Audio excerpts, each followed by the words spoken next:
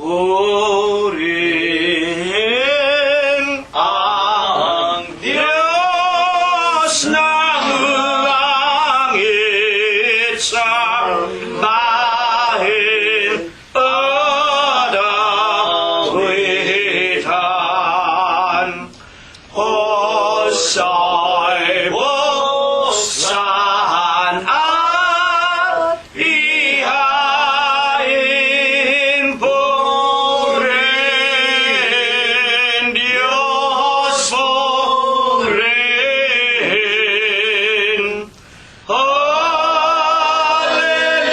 Hallelujah, Hallelujah.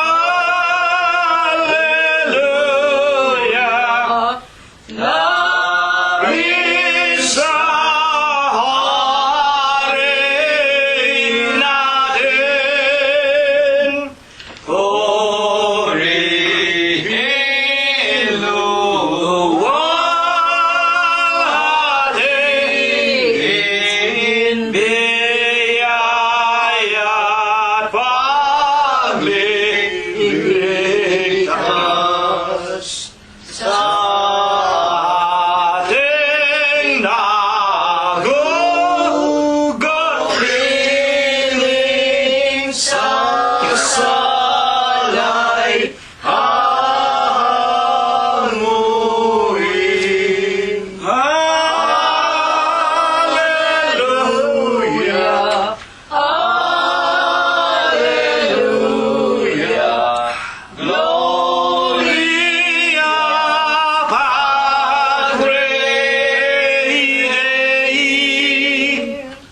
Ang Diyos ay naghihintay, siya ay nauuhaw. Dulugin, dulugin natin sambahin, dumalangin. Hallelujah,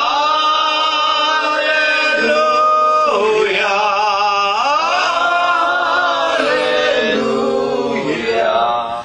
Diyos na maawain,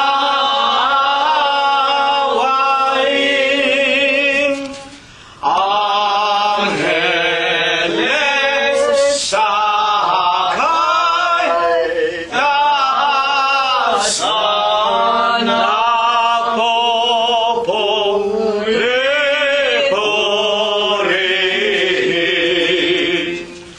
Hari na mga kapatid sa templo ng amang Diyos.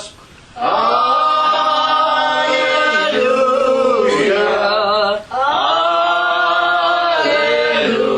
Hallelujah. Diyos purihin.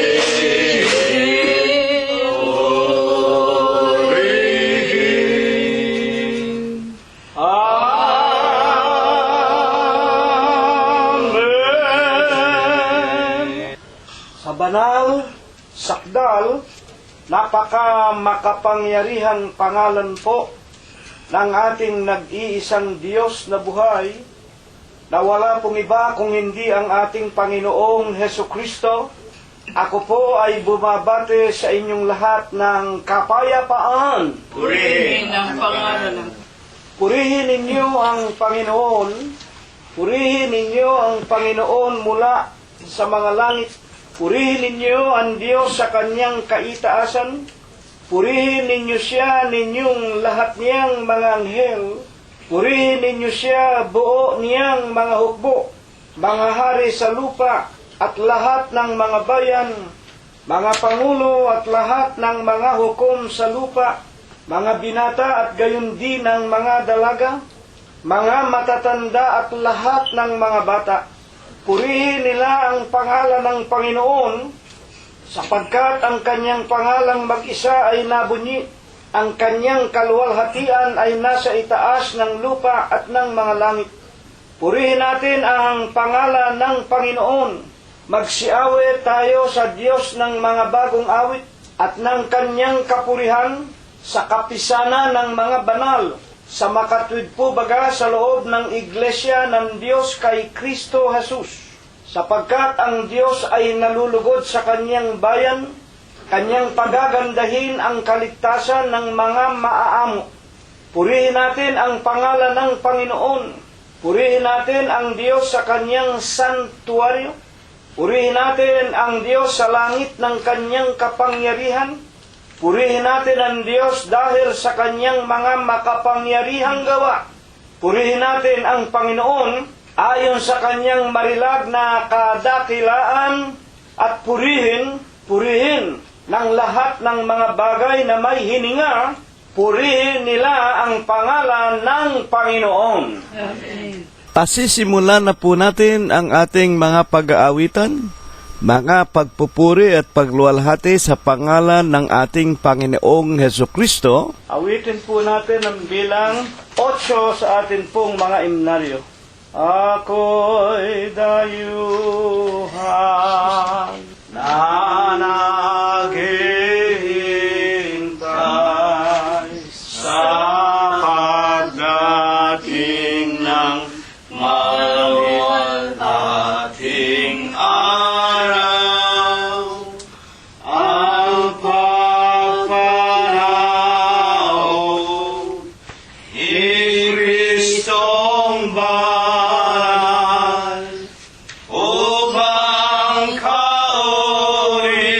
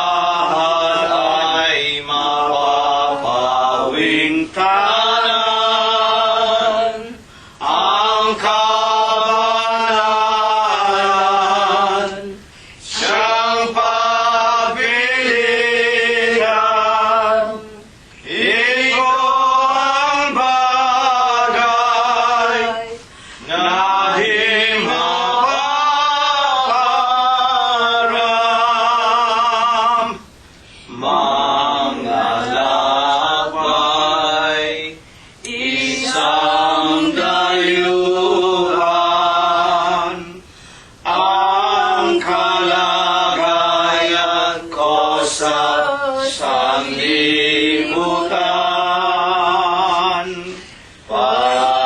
Patuloy kong patutunguhan ang maligaya at sariling bayan.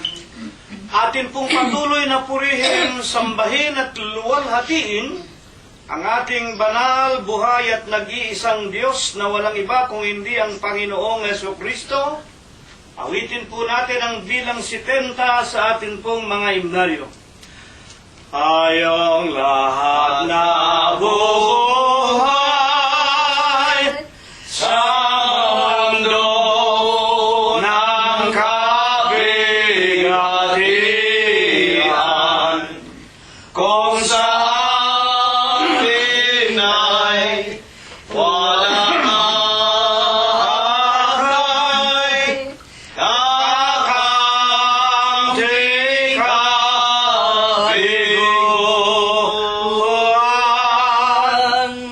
Kapatid ko, di ka nag-iisa, si Jesus laging kasama, kapalit sa ilaga, pinatanging siya ang pag-asa sa iyong mga nakikita. Huwag na huwag kang mababalisa, pagkat ang Diyos ay laging kasama. Alalay sa tuwing niya, kapatid ko, hindi ka nag-iisa, si Jesus laging kasama, kapalit sa ilaga, tuwing namatangin siya ang pag-asa. Kapatid, huwag kang matakot,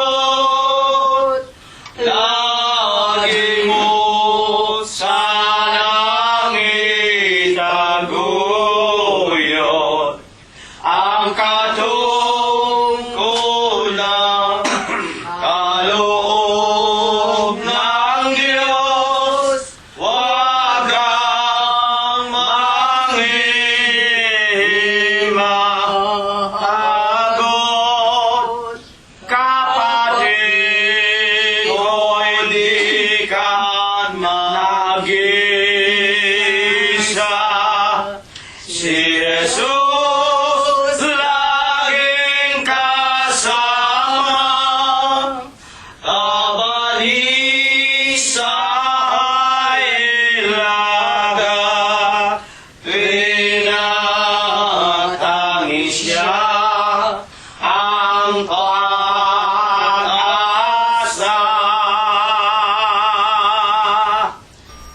Dakilang Panginoon po naming Diyos, Amang banal na lubha ka pong kagalang-galang, ikaw po ay Diyos na sadya ka pong kapita-pitagan, nag-iisa ka pong Diyos na buhay. Ikaw po ang may-ari, ang lumalang ng lahat ng mga bagay, ang Diyos na pinakamakapangyarihan ka po sa lahat. Amang banal na ikaw po ay sakbibi sa iyong pag-ibig, sagana sa kagandahan ng iyong mga kalooban, napakadakila mo po sa iyong mga pagbibiyaya, datapwat ikaw po ay Diyos, ang buhay na Diyos na pinakamakapangyarihan ka po sa lahat. Ama, na ikaw po ang pinagtapatan, pinaglingkuran. Ikaw ang Diyos ni Abraham, ni Isaac at ni Jacob, ng iyong mga banal na propeta sa bansa ng Israel. Naawat na habag ka din po sa aming minamahal na ama at ina. Tinawag mo rin po sila sa bunto ng karamihan. Inilagay mo po sa iyong iglesia ng Diyos kay Kristo Jesus. Ipinaglingkod nila sa iyong banal na harapan ang kani-kanilang mga buhay ng buong puso, buong isip, buong lakas, hanggang kani-kanilang mga kamatayan. Ama, sa banal sakdal, malinis na pangalan mo pong Kristo Jesus, masusulyapan mo po muli kaming lahat. Una po dito sa iyong dampang bahay dalanginan sa Los Angeles, California, at sa bawat tirahan at tahanan ng iyong mga tunay na mananamba sa Espiritu mo po sa iyong katotohanan. Higit na nga po sa iyong mga kaibigan, mga lalakit mga babaeng tinatawag mo sa iba't ibang paraan sa malalayong mga bansa at mga bayan, inilalagay mo rin po sila sa iyong kawan. Sila po ay nagsisipakinig, nakikipag-aral, nakikipagtipon sa Espiritu upang makasumpong din po ng iyong kagilagilalas na kaliwanagan. Panginoon po naming Diyos, sa banal at malinis na pangalan mo pong Kristo Jesus, itinitiklo po namin ang aming mga tuhod.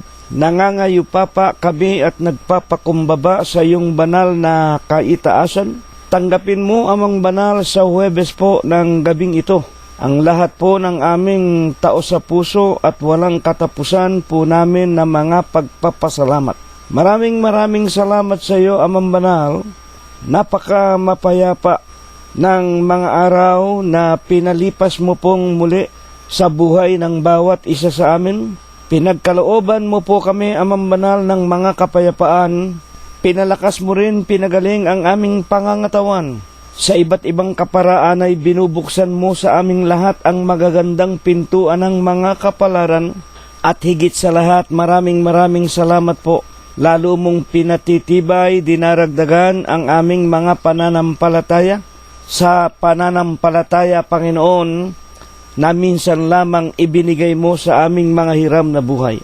Panginoong Jesus, sinasamba ka po namin, pinupuri, niluluwalhati ang iyong banal, malinis mong pangalan sa Espiritu mo po at sa iyong kagilagilalas na kaliwanagan. Nalalaman mo po kung paanong ginamit namin ang mga araw na nagdaan. Kami po'y mga hamak na mga alabok ng putik lamang. Sa paano mang paraan, inaamin namin sa iyong kami po'y nagkasala, nagkamali, nakalimot sa lahat ng iyong mga daan ng buhay at palatuntunan. Ngunit alang-alang po sa aming sinasampalatayanan na pagtuturo mong muli sa aming mga kaluluwa sa Huwebes ng gabing ito. Sa pagkasangkapan mo po lamang sa iyong hamak at wala mong kakabukabuluhang alipin, patawarin mo po kami, Amang Banal, sa lahat po ng aming nagawang mga kasalanan. Amang Diyos, ipinakikiusap po namin sa iyo na nawa po ay banalin mo ang iyong hamak at wala mong kakabukabuluhang alipin. Linisin mo po ang kanyang puso at isipan, ang kanyang bibig. Itulot mo sana, Panginoon, na mapa sa kanya ang mga ginintuan at mga banal mong aral na nais mong maiparinig, maipainom, maipakain sa aming lahat. At tulungan mo sanang ito'y magkaroon ng bisa at kapangyarihan na kung aming mapakinggan, manampalataya kaming lahat na ikaw nga ang nag-iisa at buhay na Diyos. Ikaw ang aming Panginoong Jesucristo, na siyang natatangi naming pastor, apostol, obispo at saserdote ng aming mga kaluluwa. At kami patuloy na manampalatayang sa pamamagitan mo po lamang, Panginoong Hesus, kung kami mananatili sa iyo hanggang aming mga kamatayan, magtatapat kami sa paglilingkod sa iyo ng aming buong puso, buong isip at ng aming buong buhay. Sa ikalawang pagparito mo po'y pagtatamuhin mo po kaming lahat ng ipinangangako mo pong buhay na walang hanggan. Habang kami po'y nakikinig ng iyong mga dalisay na salita, dalawin mo po kaming lahat sa aming mga tirahan. Hipuin mo po ang sa amin pinasasapitan mo ng iba't ibang mga karamdaman. Pagalingin mo po, Ama, palakasin. At ang maraming sa amin nagdarahop sa pang-araw-araw na pamumuhay, patuloy mo rin pong pagbubuksan kaming lahat ng mga mabubuting mga kapalaran. Ama naming Diyos, kami lubos na nananampalataya na sa paghipo mo po sa amin, hindi mo kalilimutan ang marami na sa amin na patuloy nang tumatanda at nanghihina, at nalalaman naming nalalapit na kami sa araw ng aming mga pagtulog sa aming mga libingan. Una na nga po ang iyong hamak na lingkod, ang aking kabiyak si kapatid na Rosita, si kapatid na Mercedita at Mirna, si kapatid na Prospero at Glenda, si kapatid na Expectacion Valencia, at sa lahat ng aming mga kaibigan at mga kapatiran at iba pa naming mga minamahal sa buhay, na ang kani-kanilang mga pangalay hindi na nasambitla ng iyong hamak na alipin, idinadalangin namin, Panginoon, iyo rin namang isasama sa iyong mga pagpapagaling, pagliligtas at pagbubukas ng magagandang pintuan ng kapalaran sa aming lahat. Ama, ang lahat ng ito idinadalangin po namin, ipinakikiusap sa tanging pangalan mong Diyos Kristo Jesus, na amin pong nag-iisa at buhay na tagapagligtas. Amen. At ngayon, mga pinagpipitaganan, iginagalang po naming mga kaibigan, mga kapatid, at sa lahat ng aming mga minamahal sa buhay, atin na pong husayin, tipunin sa loob ng ating sariling tahanan ang atin pong mga minamahal sa buhay. Charity must always begins at home. At huwag po nating kalimutan na ihanda ang ating banal na kasulatan. Buksan po natin ang ating mga Biblia sa ikalawang Korinto, Kapitulo 5 at versikulo 10. Tulad po ng ating kinagagawian, una po natin babasahin sa King James Version, na pinanggalingan po ng ating original na Bibliang Tagalog na isinalin po ng mga Amerikano para sa atin noong taong 1905. For we must all appear before the judgment seat of Christ, that everyone may receive the things done in his body, according to that he hath done, whether it be good or bad. Sa Bibliang Tagalog po, sapagkat tayong lahat ay kinakailangan na mahayag sa harapan ng hukuman ni Kristo, upang tumanggap ang bawat isa ng mga bagay na ginawa sa pamamagitan ng katawan, ayon sa ginawa niya ng bawat tao, maging mabuti o masama man. Dito po ay literal na ipinaliliwanag ng ating paksa. Ang lahat po ng tao, darating po ang pagkakataon o ang araw, at alam natin kung kailan yung araw na ito. Ito po ang araw ng paghuhukom sa ikalawang pagparito ng Panginoon. Kinakailangan ang lahat ng tao pagdating ng Panginoong Jesucristo sa araw ng paghukom, lahat po ng mga tao ay haharap sa kanyang hukuman. Tatanggap ang bawat isang tao ng mga bagay na naaayon sa ginawa ng kanyang sariling katawan. Ang bawat tao po, ang ibig lang sabihin, tatanggap ng kahatulan ayon sa ginawa ng kanyang katawan, maging mabuti o masama man. Kahit na tayo gumagawa ng mabuti, at higit na nga kung gumagawa tayo ng masasama o ng mga kasalanan, meron pong katampatan o nauukol na ipagkakaloob ang Diyos sa bawat tao. Yun ang tinatawag na hukuman ng ating Panginoong Jesucristo, at nalalaman natin ang Diyos ay puno ng katwiran, kahabagan, pag-ibig at kapangyarihan. Kaya po, dito ay tinitiyak sa atin, hindi tayo makakatakas sa hukuman ng Panginoong Diyos. At sa atin nga po, sa Iglesia ng Diyos, ang Diyos natin ang ating Panginoong Jesucristo. Wala pong maraming sali-salita upang ito ay atin ang pasimulan. Ang unang itatanong po natin, ano po baga ang kasalukuyan na katayuan o ang mga kalagayan ng lahat ng tao, lalo na nga sa huling araw na ito. At kapag binabanggit po yung tao o katauhan, ang tinutukoy po itong ating physical body, itong alam natin na ginawa sa alabok ng lupa.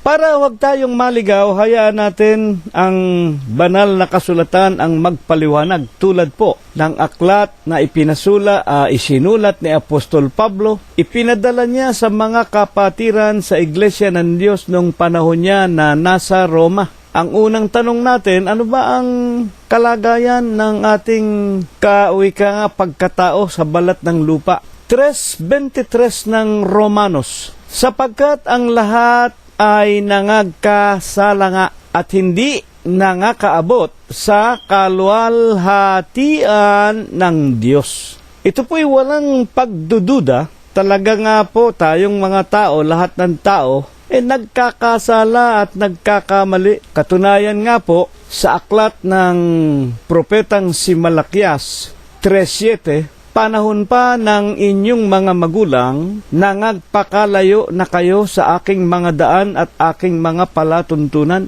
Panahon pa ng ating mga magulang, sa makatwid, magmula pa kay Eva, kay Adam, alam natin, talagang lumiko na ang tao sa katwiran, sa mga kautusan ng Diyos, at hindi ko na po uulit-ulitin pa. Alam na natin ang pagkakasala ni Eva at ni Adam. Panahon pa ni Eva at ni Adam.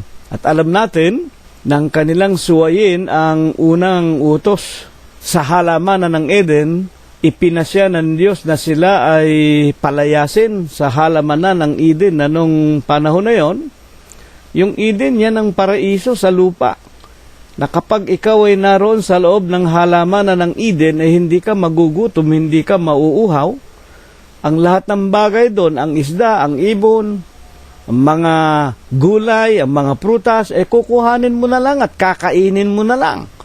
At kasama nila ang Diyos, na kung atin lamang tatanggapin, ang ibig sabihin, pagkasama mo ang Diyos, ikaw merong buhay, at ang buhay nung araw, buhay na walang hanggan. Hindi tayo mamamatay. Hindi nga tayo magkakasakit, hindi tayo maghihirap, hindi tayo magtatrabaho. Ang lahat ng bagay naroon na sa paraiso ng Diyos. Dahil siyang Eden. Ngunit sinuway ng mga tao, ni Eva at ni Adam, pinalaya sila, at magmula nga noon, maging ang kanilang naging mga binhi o mga supling o mga anak. At ang kanilang mga lahi, nang dumami na ang mga tao, alam natin ang kasaysayan, lalong napalayo sa Diyos, kaya ipinasya ng Diyos na gunawin ang unang sanglibutan sa pamamagitan ng tubig, na kung saan sinunong Noah ang kanyang asawa, ang 3 anak na lalaki na si Sem, si Ham at si Hapet, at ang 3 manugang na babae, 8 kaluluwa lamang ang ipinasya ng Diyos na mga ligtas dahil sumunod sa utos na gumawa ng daong at sumakay sa daong na yon. Kaya nga po sila ang pinalad ng mga ligtas. Ngayon, ang ikalawang itatanong natin, alin po baga naman yung tinatawag na ayon sa 3:23 ng Romanos, sapagkat ang lahat ay nangagkakasala nga at hindi nangakaabot sa kaluwalhatian ng Diyos. Na yun nga ang dahilan kaya pinalaya si Eva at si Adam, at ang mga tao lalong sumama. Alin ba yung ipinakikilala na kaluwalhatian ng Diyos? Sa English, the glory of God. Napakarami pong hindi nakakaintindi nito Mga tagapakinig at hindi ko po masisisi ang mga tupa ng Diyos sapagkat lalo na nga po sa huling araw na ito, bihira na tayong makakita ng mga mangangaral na nagbabasa ng Biblia. Puro kwento na lamang, puro karunungan ng tao, makakatha ng mga Hudyo, aral, utos ng mga demonyo ayon kay Pablo nang sulatan niya si Tito 1:14 na ang tayo hindi dapat mangakinig sa katha ng mga Hudyo sa utos aral ng mga tao na sinsay sa katotohanan. At sa huling araw na ito, lalo na nga, 1 Timoteo 4:1 hanggang 5, na ang mga aral na ito ay utos aral na ng mga demonyo. Alin nga po baga ang kaluwalhatian ng Diyos na hindi naabot, hindi na nagaya, hindi natularan ng mga tao? Kaya tayong mga tao ngayon, nagkakasakit, nagugutom, nauuhaw, namamatay. Dahil nga po yan ang ipinarusa, yan ang pinakasumpa ng Diyos sa mga tao, panahon pa ni Eva at ni Adam. Kung hindi sana nagkasala si Eva at si Adam, at hanggang ngayon naroon tayo sa halamanan ng Eden, wala pong kamatayan, walang digmaan, walang patayan. Alin nga po baga ang kaluwalhatian ng Diyos na tinutukoy ng Biblia na hindi naabot ng mga tao?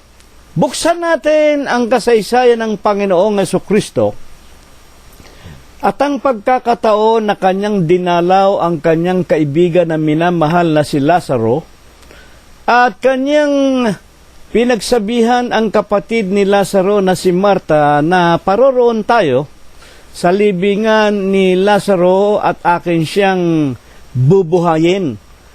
At ang wika nga po, hindi ko nababasahin para wag tayong humaba, ayon kay Marta, ayaw niyang dalawin pang muli si Lazaro sapagkat mga 4 na araw nang namamatay, mabaho na. Ngunit, basahin natin ang itinugon ng Panginoong Jesucristo, Kapitulo 11 at versikulo 40. At sinabi sa kanya ni Jesus, ang kausap po si Marta, hindi baga sinabi ko sa iyo na kung ikaw ay sasampalataya, ay makikita mo ang kaluwalhatian ng Diyos? Ito po, napakaganda mga magulang. Ang tanong natin, alin ba ang kaluwalhatian ng Diyos na hindi naabot, hindi naunawaan, hindi natularan ng mga tao? Ang wika ng Panginoong Jesucristo, di ba sinabi ko sa iyo, kung ikaw ay sasampalataya, makikita mo ang kaluwalhatian ng Diyos? Alin ba yung kaluwalhatian na tinutukoy? Ituloy natin ang pagbasa, 11:41 ng San Juan, pababa. Kaya't inalis nila ang bato, yung bato na tumatakip sa libingan ni Lazaro. At itiningin ni Jesus sa itaas ang kanyang mga mata na sinasabi, Ama, nagpapasalamat ako sa iyo na ako ay iyong dininig. At nalalaman ko na ako'y lagi mong dinirinig. Ngunit ito'y sinabi ko sa karamihang nasa palibot upang sila'y magsisampalataya na ikaw ang nagsugo sa akin. Puputulin ko po muna. Dito po may binabanggit na panalangin ang Panginoong Jesucristo. Itiningin niya ang kanyang mga mata sa itaas at siya'y nagsabi, Ama. Meron siyang binanggit na Ama. Nagpapasalamat ako sa iyo na ako'y iyong dininig. Niliwanag ng Panginoon, 11:42 ng San Juan, ako'y iyong dinirinig. Ngunit ito ay sinabi ko, meron siyang sinasabi, Ama, nagpapasalamat ako na ako'y iyong dinirinig. Para bang ang Panginoong Jesucristo, na nalalaman naman natin, sinabi niya, 10:30 ng San Juan, ako at ang Ama ay iisa. At nalalaman lalo nating lahat sa kanyang San Juan 8:24 at 27, mamamatay kayo sa inyong kasalanan pag hindi kayo sumampalataya na ako nga siya, ako ang Ama. Ayon sa ating Panginoong Jesucristo, mamamatay kayo sa inyong kasalanan. 8:27 ng Juan, hindi nila napag-unawaan yung siya na tinutukoy ni Kristo patungkol sa Ama. Kaya nga, dito sa paksang ito, ang mga bagay na ito'y sinabi ko. Anong ibig sabihin ng Panginoon? Sinabi niya yung Ama. Para bang meron pang Ama? Parang hindi si Kristo ang Ama. Datapwat ang mga bagay na ito'y sinabi ko. Dahil maraming mga taong nakapalibot. Bakit? Upang sila'y magsisampalataya na ikaw nga ang nagsugo sa akin. Ayaw ng Panginoong Jesucristo, mga kapatid at mga magulang, ang kanyang katotohanan na siya rin ang Ama ay mahayag sa ibang mga tao. Meron lamang siyang pinagpapahayagan, pero kapag ayaw niya, yung ibang mga usyosero, nasama lang ng sama sa kanya dahil nagiintay ng milagro, nagiintay ng mga tinatawag na pagkaing makakain, inuming maiinom, sapagkat alam natin, ang Panginoong Jesucristo, malimit na pagkakataon, kapag merong bulto-bultong mga taong sumusunod upang makinig sa Kanya, minsan sa 4,000 hanggang 5,000 katao, sa pamamagitan ng 3 putol na isda at 2 pirasong tinapay, nang ito'y Kanyang maipanalangin, nabusog ang 5,000, halos 4,000 hanggang 5,000 katao, mga kapatid at mga magulang. Ngunit hindi pala naman lahat ng sumasama sa Kanya ay tunay na mananamba at mananampalataya. Alam natin ang kasaysayan sa San Juan din. Alam natin, meron pong 70 alagad. Nang sabihin ng Panginoon, ako ang tinapay na nanggaling sa langit. Ang sino mang kumakain sa aking laman, ang sino mang umiinom ng aking dugo na tunay na inumin at tunay na pagkain, ay magkakaroon ng buhay na walang hanggan. Natisod yung 70 alagad. Kaya nga dito, ang ibig na ipakilala ng Panginoong Jesucristo, ito'y sinabi ko, Ama, salamat sa iyo na ako'y iyong dininig at alam ko naman na ako'y lagi mong dinirinig. Ngunit ito'y sinabi ko na Ama, tinawag kitang Ama, para ang mga nakapalibot magsisampalataya na ako ay isinugo mo. Ito po ang ibig ipakilala ng Panginoon. Pero sa mga lingkod ng Diyos, tulad ni Marta, tulad ng kanyang ina na si Maria na isang birhen, tulad ng mga kamag-anakan ni Lazaro at ng mga nakasamang mananampalataya sa kanila, ang Panginoong Jesucristo, siya rin ang Diyos. Mga kapatid, sinabi lamang niya, yung salitang Ama, nagpapasalamat ako yung dinirinig dahil maraming nakapalibot. At ibig niya, sumampalataya ang mga taong ito na ang Panginoon nga ay sinugo ng Ama o ng Diyos. Pero siya rin ang nagsugo sa kanyang sarili. At sa 11:43, at nang masabi niya ang gayon ay sumigaw siya ng malakas na tinig. Ito po ang kaluwalhatian ng Diyos. Sinabi niya kay Marta, Marta, hindi ka ba sumasampalataya? Na kapag ikaw ay naniwala sa sasabihin ko sa iyo, makikita mo ang kaluwalhatian ng Diyos. Ano ba ang kaluwalhatian ng Diyos? At nang masabi niya ang gayon ay sumigaw siya ng malakas na tinig, Lazaro, lumabas ka! 11:44 hanggang 45, at si Lazaro na patay ay lumabas, natatalian ng mga kamay, at ang mga paa ng panglibing, ang mukha na babalot ng isang panyo. At sinabi ni Jesus, siya inyong kalagan, at bayaan ninyo siya na yumaon. At marami nga sa mga alagad ang nagsiparoon kay Maria. At nangakakita ng ginawa niya ay nagsisampalataya kay Jesus, nagsisampalataya sa Kanya. Alin po ang kaluwalhatian ng Diyos? Ang tinatawag na buhay. Nang salitain niya, palabasin niya ang isang patay na tao na katulad ni Lazaro, nabubulok na, 4 na araw ng nakalibing. Pero sinabi niya, Lazaro, lumabas ka. Ang wika niya kay Marta, Marta, hindi ka ba sumasampalataya sa sinasabi ko sa iyo na kapag ikaw ay naniwala, sumampalataya sa akin, makikita mo ang kaluwalhatian ng Diyos. Alin? Ang pagkabuhay na maguli, ang buhay Mga tagapakinig po namin, yan ang kaluwalhatian ng Diyos, yung buhay. Kaya nga, alin nga po, sa katotohanan ang kaluwalhatian na tinutukoy na kaluwalhatian ng Diyos. 11:25, ibalik natin. Sinabi sa kanya ni Jesus, ako ang pagkabuhay na maguli. Si Kristo po ang kaluwalhatian ng Diyos. Bakit po? Siya ang pagkabuhay na maguli. Meron bang mababasa tayo sa Biblia na bumuhay ng patay maliban sa ating Panginoong Jesucristo? Ako ang pagkabuhay na maguli at ang kabuhayan.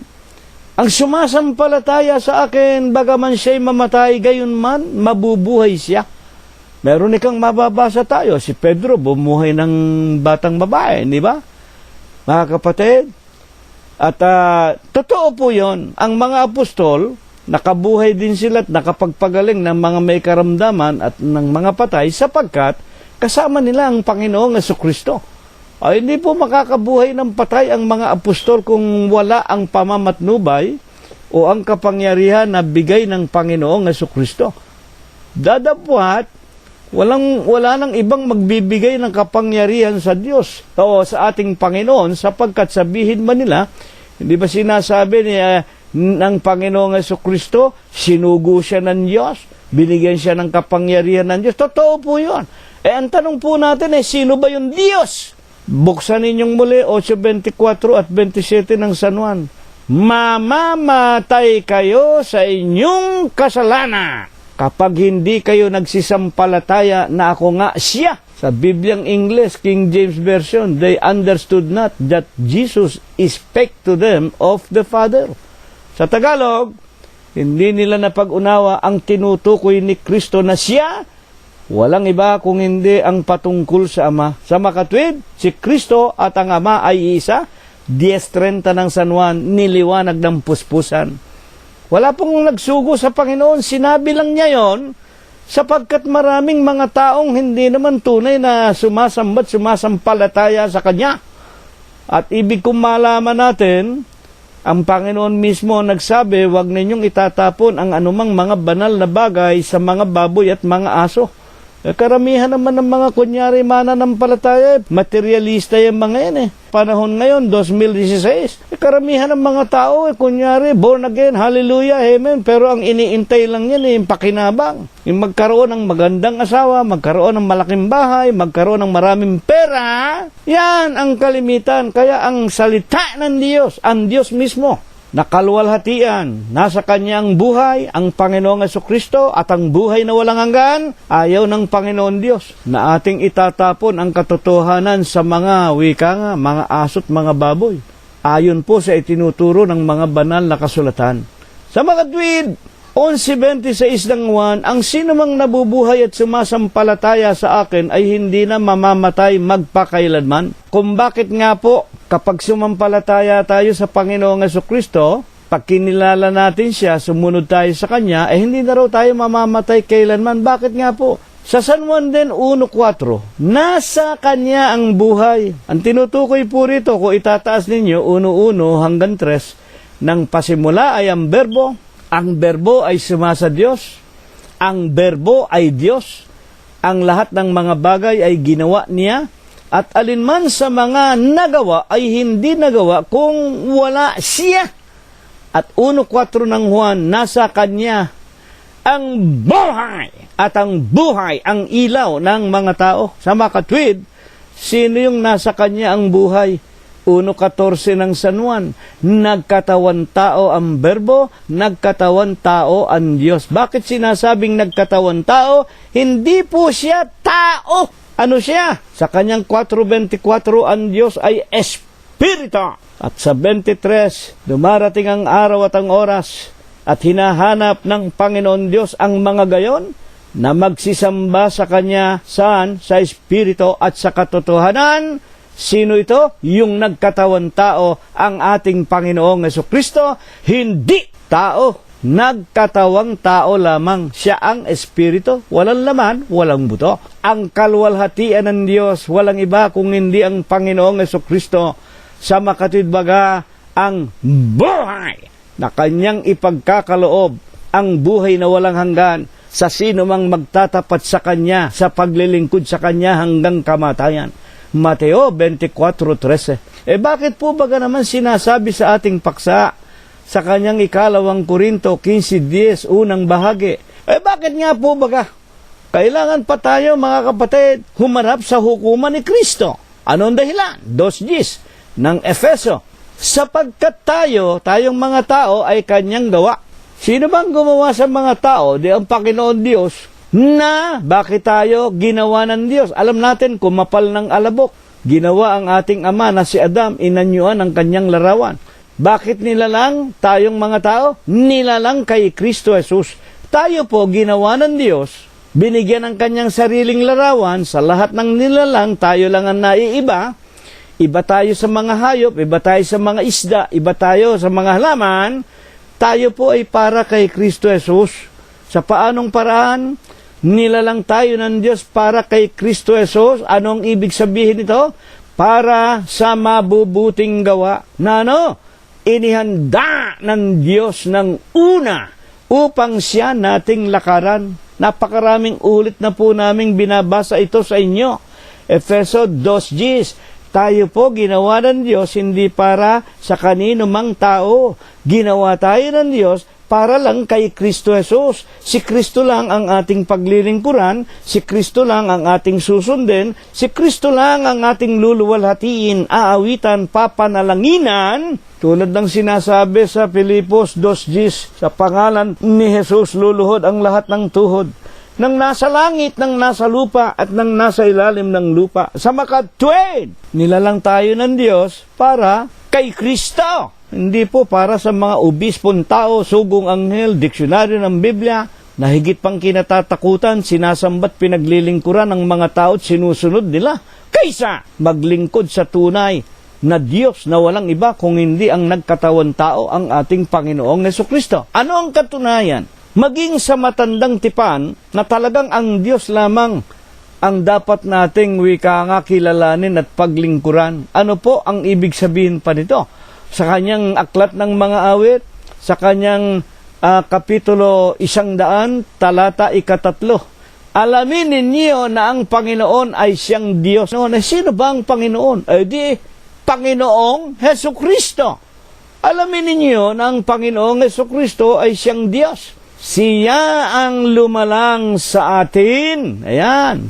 Ang Panginoon din ang lumalang sa atin at tayo ay sa Kanya. Tayo ay Kanyang gawa. At sa katotohanan po, kung hindi nagkamali ang ating mga magulang, lahat ng tao bayan ng Diyos, anak ng Diyos.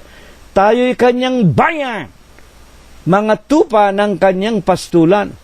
At ayon pa man din sa propetang si Jeremias 32:27, ang wika ng Diyos kay Jeremias, ako ang Panginoon, ang Diyos ng lahat na tao. May anumang bagay ba na totoong mahirap sa akin? I am the Lord. I am thy God, the Almighty God of all flesh. Ang Diyos ng lahat ng tao. Ng lahat ng laman, lahat ng nilalang. Ang ibig lang ipakilala.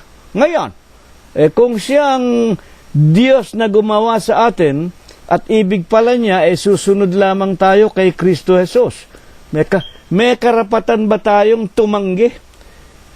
Kamukha ng ginagawa ng napakaraming mga tao sa kanilang relihiyon. O yung simbahang Katoliko, huwag kayong magagalit. Alam namin, bugbog na yung mga Katoliko. Paano naman Wala kayong itinuturong mabuti. Wala kayong itinuturong galing sa Biblia. Sa unang utos pa lamang, sa 2 tapyas na bato, Kapitulo 20, versikulo 1 hanggang 5 ng Exodus, huwag kang magkakaroon ng ibang Diyos maliban sa akin. Ay, ginawa naman ninyo simbahang Katoliko, sinipa ninyo ang Diyos. Tinanggal ninyo ang Kristo. Ano ipinalit ninyo? Papa sa Roma, Vicarius Filii Dei, kahalili ng Diyos. Hindi naman namamatay ang Diyos. Mga kapatid, gayon din kayo mga iglesia ng mga tao. Sugong anghel yung obispo, si Kristo ginawa ninyong tao, ayaw ninyong lumuhod. Ayaw ninyong lumuhod kapag kayo nananalangin, nakikita namin yan. Meron bang karapatan ang tao natanggalin ang Diyos na si Kristo Jesus para maging pinuno nila?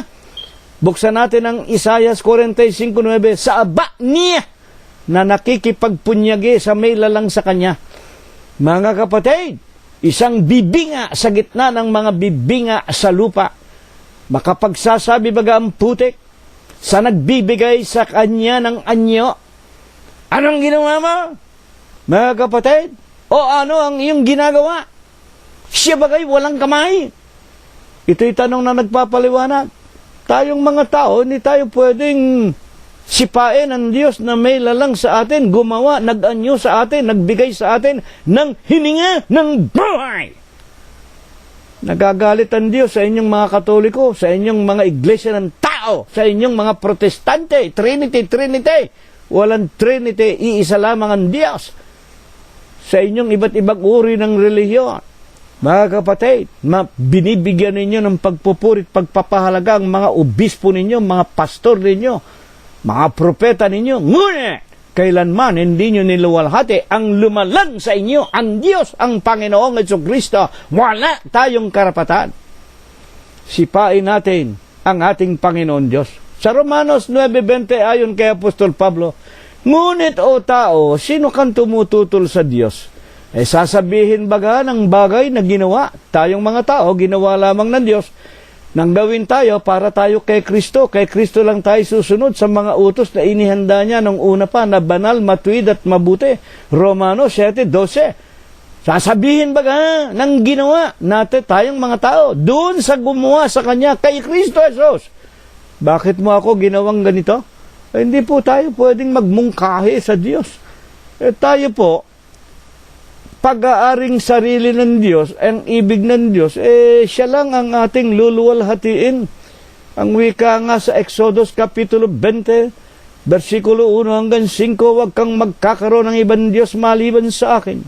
Huwag kang gagawa ng anumang larawan o anyo ng nasa langit, nasa lupa, ng nasa ilalim ng tubig. Huwag mo silang yuyukuran. Huwag mo silang paglilingkuran. Huwag mo silang sasambahin.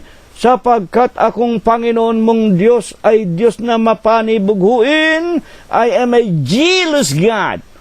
Dadalawin ko ang kasalanan ng mga ama't ng ina ng mga magulang hanggang sa 3 at 4 na sali ng kani-kanilang mga lahi, mga taong napupuot sa akin. Ang tinutukoy ng mga taong napupuot sa Diyos, walang iba kung hindi ang mga taong nagtayo ng kani-kanilang sariling relihiyon, ng kani-kanilang sariling iglesia, ng kani-kanilang sariling mga Diyos na mga larawang inanyuan ng nasa langit, nasa lupa, ng nasa ilalim ng tubig. Ito nga ang pinagpuprosesyon ng mga simbahan, mga iglesia at mga kung ano-anong samahan ng mga tao. Kung alin yung ikinagagalit ng Diyos, yung pang ginagawa ng mga tao. Kaya nga, ano po baga naman ang isang bagay na hindi hanggang ngayon, 2016 na, hindi talaga maunawaan ng mga tao. Ito po, Ecclesiastes Kapitulo 12, versikulo 13. Ito ang wakas ng bagay. Lahat ay narinig. Ikaw ay matakot sa Diyos. Sundin mo ang kanyang mga utos. Bakit? Ito ang buong katungkulan ng tao. Nakapagtataka talaga, hindi maintindihan ng mga tao. Tayo, nilalang ng Diyos, hindi tayo para gumawa ng sariling Diyos. Ang ibig ng Diyos, tayo'y kanyang gawa, Efeso 2:10, nilalang tayo para kay Kristo. Paano tayo makakasunod kay Kristo? Mabubuting mga gawa, mga mabubuting mga utos ng Panginoon Diyos. Inihanda niya bago tayo nilalang para ito ang ating susundin, mga kapatid at mga magulang. Hindi yung mga utos, aral ng mga tao. Hindi yung pagsamba sa mga papa sa Roma, pagsamba sa mga obispong sugong anghel, pagsamba sa mga matatalinong mga doctor, divinity, theosophile letters, na mas higit ninyong pinahahalagahan, mahigit ninyong binibigyan ng pagpupugay kaysa sa tunay na Diyos, sa Panginoon na lumalang sa ating lahat. Wala tayong karapatan, mga kapatid at mga magulang. Kaya nga, may sumusunod po baga sa mga utos ng Diyos, sa binanggit natin, Ecclesiastes 12:13, na ito pala ang buong katungkulan ng tao. Tignan po natin ang sinasabi ng mga apostol. Ito po'y kapanahunan natin ngayon sa huling araw, 3:18, gaya ng nasusulat. Kayo na po ang magbasa. 3:10 hanggang 18 ng Korinto. Gaya ng nasusulat, walang matuwid, wala kahit isa. Walang natatakot sa Diyos, walang nagsasaliksik, walang nagtatanong. Ang lahat pumapatay ng tao, ang lahat, mga kapatid, palabintangin ang lahat. Ayon sa sinasabi ng mga apostol na tulad ni Apostol Pablo, ang lahat ay lumiko, umalis sa matuwid na daan ng Panginoong Diyos na walang iba kung hindi ng ating Panginoong Jesucristo. Tulad na lamang ng sinasabi ng Panginoon, 12:26. Ito'y utos ng Panginoong Jesucristo, utos ng Diyos. San Juan 12:26. Kung sino man ay nais maging lingkod ko, kung sino man nais maging alagad ko o lingkod ko, maglingkod sa akin, susunod sa akin. Kung saan ako naroroon, doon ang lingkod ko. Napakaliwanag po. Saan ba naroon ang ating Panginoong Jesucristo? Sa Colosos 1:18, si Kristo ang ulo ng katawan. Sa makatwid bagay ng iglesia, ano ba naroon sa iglesia? 1:14 din ng Colosos, kinaroroonan ng katubusan na kapatawaran ng ating mga kasalanan. Nasusunod ba ng mga tao yan? Mga kapatid at mga magulang? Ano ba ang pangalan ng katawan ni Kristo na iglesia na kanyang itinayo na naroroon ang katubusan, kapatawaran ng ating kasalanan? Sa kanyang unang Tesalonica 2:14, kayo mga kapatid, nagsisitulad. Saan? Sa iglesia ng Diyos. Saan itinayo? Na nasa Judea. Bakit sa Judea? Naroon ang Jerusalem. Doon itinayo ng Panginoong Jesucristo ang orihinal, ang iisang iglesia. Mateo 16:18, upon this rock I shall build my church. Sa ibabaw ng malaking batong ito, itatayo ko ang aking iglesia. At ang pintuan ng Hades hindi magsisipanayag laban sa kanya. Iglesia ng Diyos, nasa Judea. Sino ang may-ari at nagtayo? Kay Kristo Jesus. Yan, pinalitan naman ninyo. Ginawa ninyong iglesyang itinayo raw ni Kristo sa Batikano. Paano nangyari yun? Napakalayo ng Jerusalem. Napakalayo ng Israel. Mga kapatid sa Batikano. Mga kapatid at mga magulang. Yung iba naman, sa Pilipinas daw itinayo. Nako, kutakot-takot na mga kasinungalingan. Tito 1:14, huwag makinig sa kathanang mga hudyot utos ng mga tao, sinsay sa katotohanan. Ang wika ng Panginoon 8:44, ang lahat ng mga sumasampalataya sa mga utos ng mga tao, doktrina, kautusan ng mga tao. Kanino sila sumusunod? Hindi nila nalalaman. Sa inyong amang Diablo, San Juan 8:44. Bakit? Ang inyong ama na Diablo, sinungaling, walang katotohanan sa kanya. Kapag nagsasalita siya ng kasinungalingan, isang mamamatay tao sa pulpa noong una. Magbasa kayo, mga kapatid, 8:44. Iisa lang ang iglesia. At kami po, hindi kami nagtayo ng iglesia ng Diyos kay Kristo Jesus. Hindi ka na pwedeng magtayo sa nakatayo na. Ang ibig masabihin, kapatid na Cirilo, ang iglesia ng Diyos ninyo sa Los Angeles, hindi nakarehistro sa Amerika? Nakarehistro po. Bakit kami nagparehistro? Ang Panginoon Diyos din ang nagsasabi sa pamamagitan ni Apostol Pablo sa kanyang 13 ng Romanos, mga kaluluwa, magpasakop kayo, ang wika sa mga mananampalataya. Ang bawat kaluluwa ay magpasakop sa matataas na kapangyarihan sapagkat walang kapangyarihan na hindi nagmula sa Diyos. Ang kapangyarihan po ng Estados Unidos, ito'y tatag ng Diyos. Kahit na lahat ng mga gobyerno, kahit na komunista, kahit na demokrasya, kung ano-ano, ang lahat ng matataas na kapangyarihan, mga premier, mga hari, mga reyna, lahat yan lagay ng Diyos. kinakailangan po kung nasasakop tayo ng anumang mga gobyerno, susundin natin ang kanilang mga utos. Utos po sa Amerika. Hindi tayo pwedeng mangaral kung wala tayong nakarehistrong pangalan ng iglesia. Kaya po, sumunod tayo sa utos ng Diyos.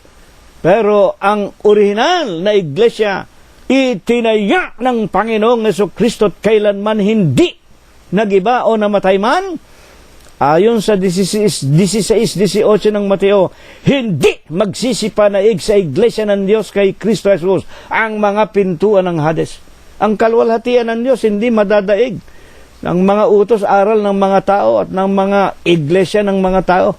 Kaya nga po, ibinangon sa atin ng Diyos sa Huwebes ng gabing ito ang ating paksa na naaalinsunod din naman po sa Ecclesiastes 12:14, mga kapatid, at 12:13.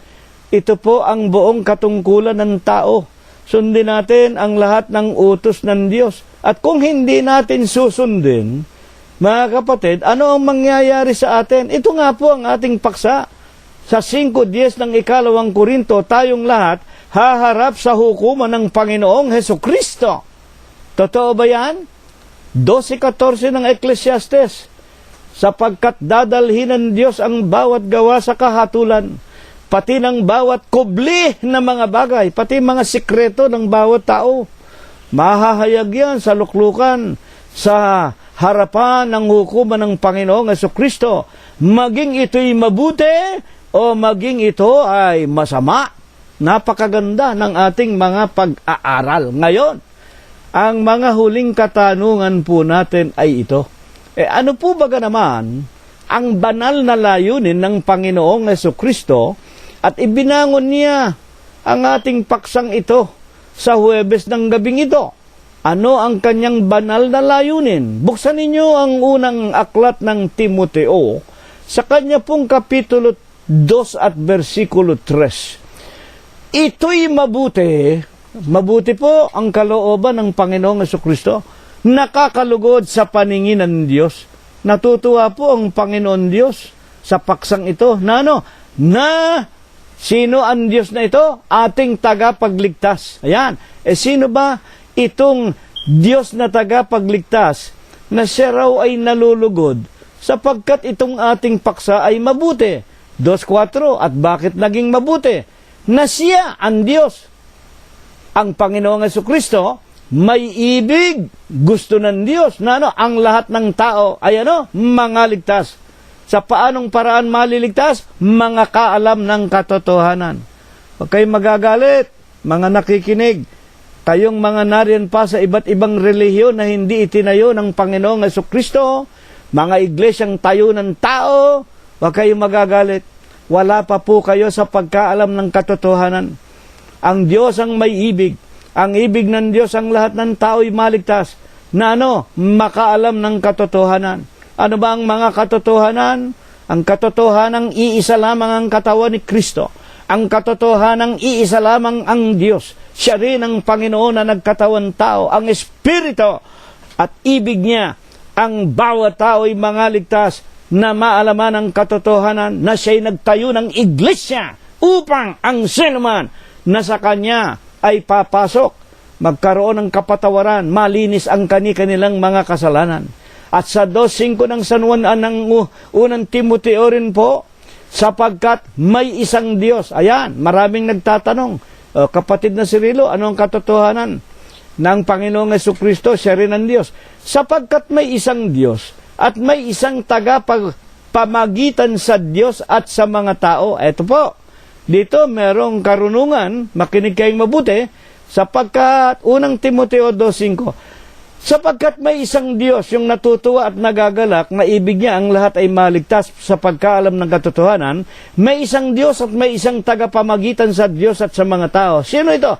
Ang taong si Kristo Jesus. Ayan po. Ano ang sasabihin sa atin ng mga nakikinig? Kapatid na Cirilo, kayo na bumasa, si Kristo pala ay tao.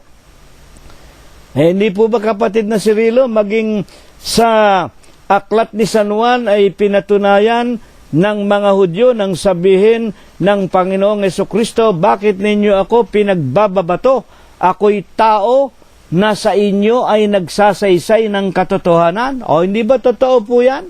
Totoo po yan, nasa Biblia yan. Binabasa natin yan, ilang ulit na nating napakinggan. Sinabi ng Panginoong Jesucristo, mga kapatid, bakit ninyo pinagtatangkaang ako'y patayin? Bakit ninyo ako binabato? Ako'y tao sa inyo. Makinig kayong mabuti, yung rhetorics, yung kaliwanagan ng talata. Sino ang kausap ng Panginoong Jesucristo? Mga Hudyo na ibig siyang patayin. Ipinapako nga siya sa krus O di ba ipinapatay siya? Ipinagkanulo siya, mga magulang. Ipinapako sa krus, pakawalan si Barabas, ipako sa krus ang Kristo. Bakit? Sa mga Hudyo, si Kristo'y tao. Ako'y tao sa inyo. Ay bakit sinasabi po naman dito? Sa 2:5 ng unang Timoteo, may isang Diyos, may isang tagapamagitan sa Diyos at mga tao, ang tao na si Kristo Jesus. Nariyan po ang pag-aaral. Kaya nga sinasabi sa Isaiah 34:16, saliksikin ninyo, basahin ninyo, pag-aralan ninyo ang mga banal na kasulatan. Isaiah 34:16. Hindi na po mangangailangan ng kasama. Sa makatwid, hindi natin kailangang magbasa pa ng aklat na ginawa ng mga Doctor of Divinity, Theosophy and Letters, ng mga Papa sa Roma, ng mga sugong anghel, para alamin ang katotohanan tungkol sa hiwagang ito. Paano natin maliliwanagan ito? Hayaan ninyo ang Panginoong Jesucristo ang magbigay sa atin ng kaliwanagan. Sa kanyang San Juan, Kapitulo 5, versikulo 39, ang wika ng Panginoong Jesucristo, basahin ninyo ang mga kasulatan. Nang basahin ito't nang ipasulat ng Panginoong Jesucristo sa kanyang mga alagad, wala pa ang matandang tipan. Wala pa ang bagong tipan. Wala pa ang New Testament. Ang narito pa lamang ang mga kasulatan. Isaiah 34:16 ang matandang tipan. Ano po inuutos ng matandang tipan? Basahin ninyo, saliksikin ninyo, pag-aralan ninyo. Hindi mangangailangan ng kanyang kasama. Hindi magkukulang. Iniutos ng aking bibig, pinisa ng kanyang espiritu, at nang magkatawan tao ang Diyos, binigyan niya ng lubos na pagpapaliwanag. 5:39 ng Juan, siya mismo nagsabi, basahin ninyo ang mga kasulatan. Ang tinutukoy ng Panginoon ang matandang tipan. Wala pa po ang bagong tipan noon. Tandaan ninyo, hindi pa nasusulat. Basahin ninyo ang matandang tipan, ang wika ng Panginoon, ang mga kasulatan. Ang wika ng Panginoon, inaakala ninyo na dito meron kayong buhay na walang hanggan. Ano ang buhay na walang hanggan? Kaluwalhatian ng Diyos. Dito'y malalaman ninyo, inaakala ninyo na meron kayong buhay na walang hanggan at ang mga ito, ang matandang tipan, ang magpapatotoo sa inyo tungkol sa akin. Ano nga baga ang napatunayan natin sa matandang tipan? 18 ng Deuteronomio at 15, sinabi ni Moses, ang Diyos ay nagsasabi sa inyo, sa gitna ninyo'y palilitawin ko ang isang propeta na katulad mo, Moises, at pagdating niya sa kanya na sila makikinig, at ang mangyayari ang sino mang hindi makinig at sumunod sa kanya, pupuksain. Sino nga ito? Nang wika ng Panginoon, ito ang magbibigay sa inyo ng buhay na walang hanggan, ang magpapatotoo sa inyo tungkol sa akin, aklat ng mga gawa. Buksan ninyo ang aklat ng mga gawa, mga kapatid, Kapitulo 3, versikulo 20 at 22. Tunay na sinalita ng Diyos kay Moses, ako'y magtitindig ng isang lalaki na katulad mo, at pagdating niya sa kanya na sila makikinig. Sa 20 ang wika ng lalaking si Apostol Pedro, upang sa inyo'y italaga ang Kristo. Sa makatid baga, ang hinulaan ni Moses, na pagdating ng propeta ngayon, sa kanya na tayo makikinig, ang Panginoong Jesucristo. Kaya nga napakaliwanag. Ang wika ng Panginoon, San Juan 8, 24 at 27, mamamatay kayo sa inyong kasalanan. Pag hindi kayo sumampalatayang ako nga siya, hindi nila naunawaan ang tinutukoy na siya ng Panginoong Jesucristo ay ang tinatawag na Ama. Hinulaan ni Moses, nasa kanyang buhay. Papaano nga dumating ang Kristong ito? Nagkatawan tao. Hindi po tao. Kaya nga sinasabing nagkatawan tao, hindi siya tao. Sa makatid, napakaliwanag po ng ating mga pag-aaral. Bakit nga sinasabi may isang Diyos, isang tagapamagitan sa Diyos at mga tao, ang taong si Kristo Jesus? Kasi po tayong mga tao, materialista tayo eh. Pag napakinggan nating tao, alam na, akala natin taong kamukha natin na namamatay.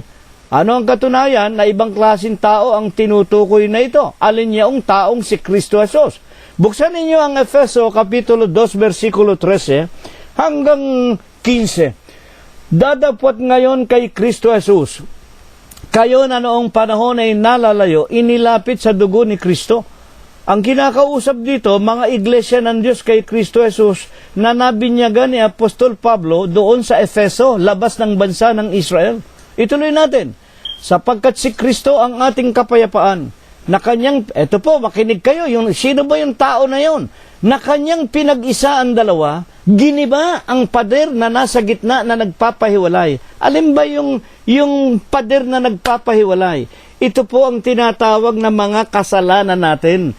Noong araw, tayong mga tao at ang Diyos, tulad sa dalawa, na magkahiwalay. Bakit magkahiwalay ang tao at ang Diyos? Dahil nga po, sinuway ng ating mga magulang ang mga kautusan ng Diyos. Ayon kay Propeta Malakias 3:7, panahon pa ng ating mga magulang. Ngunit nang dumating na ang Panginoong Jesucristo, 2:15 ng Efeso, inalis ang pagkakaalit. Tinanggal na yung pader, inalis na yung kasalanan. Sa anong paraan? Sa pamamagitan ng kanyang laman. Alin yung laman na yan? Yung napako sa krus. Kahit kautusan na may mga batas at palatuntunan, pati mga kautusan ng 2 tapyas na bato, inalis yun sa pamamagitan ng katawan ni Kristo upang sa dalawa, lalangin sa kanyang sarili ang alin? Isang taong bago. Sa ganito'y ginagawa ang kapayapaan. Yan po ang sinasabi ni Apostol Pablo sa Timoteo na binasa natin kanina. May isang Diyos at may isang tagapamagitan sa Diyos at sa mga tao. Ang tao na si Kristo Jesus, hindi po literal na tao. Alin po yan? Yon po ang kanyang katawan ginamit at dito po'y ipinakikilala na dahil sa katawang ito nang ito'y malugmok sa pagkabayubay sa krus at dumanak ang kanyang banal at dalisay na dugo, ang tao at ang Diyos naging isang katawan. At alin po yung katawan na yon? Yun ang taong bago. Pag sinasabing tao, merong ulo, may kamay, may paa. Sa makatwid baga, alin ang taong bago? Colosos 1:18, si Kristo ang ulo ng katawan. Ano ang katawan? Sa makatwid bagay ng iglesia. Ano ang tinatawag na pangalan ng iglesia? Iglesia po ng Diyos kay Kristo Jesus. Bakit? Dito, ginagawa ang kapayapaan. Colosos 1:14, kinaroroonan. Alin? Ang iglesia ng Diyos, katawan ni Kristo, pinangunguluhan ni Kristo, ang iglesia ng Diyos kay Kristo Jesus. Binayaran ng dugo ng Panginoong Jesucristo, aklat ng mga gawa 20:28, kinaroroonan ng katubusan na siyang kapatawaran ng ating mga kasalanan. Amen? Yan po ang taong bago. Kaya hindi po porke sinabing tao, taong-tao na. Tandaan ninyo, ang salita ng Diyos inalihim sa hiwaga, pero ibinigay ng Diyos sa mga apostol. Marcos 4:11 hanggang 12, ang wika niya sa mga apostol, sa inyo. Nasaan ba ang mga apostol? 12:28 ng unang Korinto, ang Diyos naglagay ng ilan sa iglesia. Una-una yung mga apostol. Sa iglesia inilagay. Kaya nga't sa mga nasa loob ng iglesia, Marcos 4:11, sa inyo ipinagkaloob ang makaalam ng hiwaga ng Diyos. Kayong nasa labas, hindi nyo matatanggap ang iglesia ng Diyos, ang katawan ni Kristo, ang bagong tao. Wala kayong matatanggap, puro materialista kayo. Kayo mga Katoliko, kayo mga iglesia ng mga tao, si Kristo ginawa niyong tao, paano nyo matatanggap si Kristo na Diyos? Mga kapatid, ngayon, huling-huling katanungan, talaga ba naman may mababasa ba tayo, kapatid na Cirilo, sa Biblia na ang lahat ng mga tao ay haharap sa hukuman ng Panginoon sa kanyang ikalawang pagparito? Hayaan ninyo ang Apokalipsis ang magpaliwanag. 20:11, Apokalipsis, at nakita ko ang isang malaking luklukang maputi at ang nakalukluk doon na sa kanyang harapan ang lupa at ang langit ay tumakas. Nagiba na ang lupa, ang unang langit, at wala nang nasumpong ang kalalagyan nila. At nakita ko ang mga patay. Ito po, malalakit maliliit, mayayaman, mahihirap, pulubi, mga dukha, na nangakatayo sa harapan ng luklukan. Lalaki, babae, pati una na nga yung mga bakla siguro at mga tomboy. At nangabuksan ang mga aklat. Nabuksan ang ibang aklat na siyang aklat ng buhay. At ang mga patay ay hinatulan ayon sa mga bagay na nasusulat sa mga aklat ayon sa kani-kanyang gawa. Ayan po. Alam ba ninyo, Apokalipsis, hindi pa nangyayari pero ipinakita na. Parang sa tinatawag na napakalaking television set, ipinakita na sa pulo ng Patmos, anyo 96. Nakita na ni Juan na sumulat ng Apokalipsis ang mangyayari sa huling araw na ito kapag nawasak na ang unang langit, ang unang lupa, ang lahat ng tao ay haharap na, mga kapatid, sa luklukan ng hukuman ng Panginoon. Paano kapatid na Cirilo, yung mga piloto nung araw, halimbawa, panahon ng hapon, yung mga namatay sa gera, yung iba naman ay kinain ng ahas, kinain ng buhaya, yung iba ay nahulog sa mga bangin, ang iba naman ay sa dagat.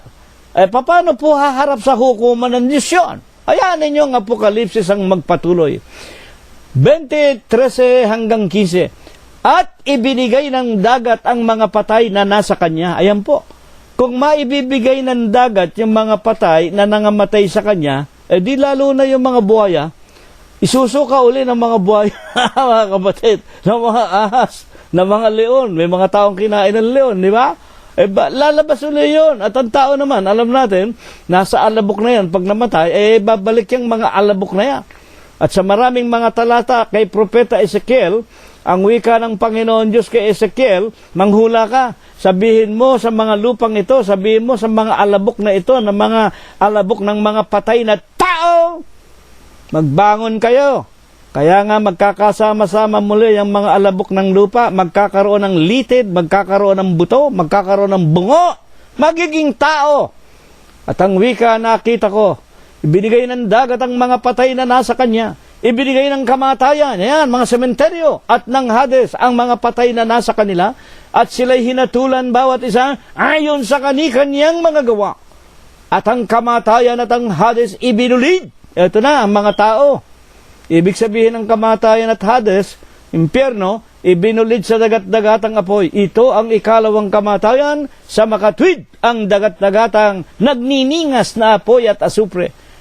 At kung ang sino man ay hindi nasumpong ang nakasulat sa aklat ng buhay, ibinulid sa dagat-dagatang apoy. Amen, mga kapatid at mga magulang.